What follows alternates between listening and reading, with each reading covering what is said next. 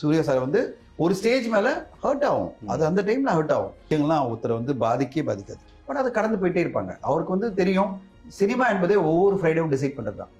ஒரு ஃப்ரைடேல ஒரு பெரிய ஹீரோ ஒருத்தர் வந்துருவாரு, ஓகேங்களா.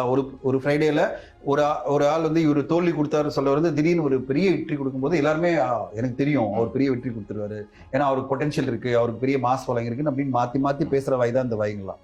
எல்லா வாய்களுமே பேசுற வாய்கள் எல்லாமே மாத்தி பேசும். எனக்கு எப்பவுமே ஒரே வாய் தான், அந்த வாய் என்னன்னா Suriya sir is on top. அவர் வந்து யாருமே எந்த ஒரு தோல்விகளுமே அவரை வந்து அவருடைய பொசிஷனையோ அவருடைய வேல்யூயோ குறைக்க முடியாது. Is a top talent. எப்படி நம்ம தனுஷ் சாரை வந்து இவ்வளவு நான் பேசுறேனோ அது மாதிரி அதெல்லாம் பெரிய லெவல்ல ப்ரூவ் பண்ண ஒரு நடிகர் தான் வந்து சூர்யா சார். அவருக்கான படங்கள் சரியான முறையில் அமையும் போது அவருக்கான வெற்றிகள் கண்டிப்பா கையில வந்து கொடுக்கும். இந்த ஆடியன்ஸ் அதே மாதிரி அவரை செலிப்ரேட் பண்ணுவாங்க.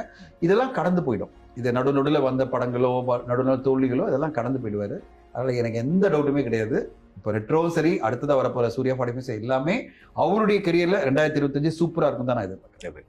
எல்லாத்தையும் வந்து ஒரு கம்பேரிசன்ல வச்சுக்கிட்டு எல்லாத்துக்கும் ஒரு மீனிங் பார்க்க ஆரம்பிச்சா ஒண்ணுமே பண்ண முடியாது. அவங்க ஒரு ஃபன்னா பண்ணி தான். நான் அந்த வீடியோ பார்த்து ரொம்ப சிரிச்சேன். நான் ரொம்ப காமெடி, ரெண்டு பேரும் சேர்ந்து அட்டூழியம் பண்றாங்க. அது அவங்களுக்கு இருக்கிற இந்த பாண்டிங். ஏன்னா ரெண்டு பேருமே ஃப்ரெண்ட்ஸ் பல வருஷமா, அஸ்வத் மாரிமுத்தும் பிரதீப் ரங்கநாதனும். அதனால ஓப்பனா பேசிக்கிறாங்க. தமிழரின் பாரம்பரிய திருவிழாவை கொண்டாடுவோம் புத்தாடை பொங்கலோடு. The Chennai silks let the celebration begin.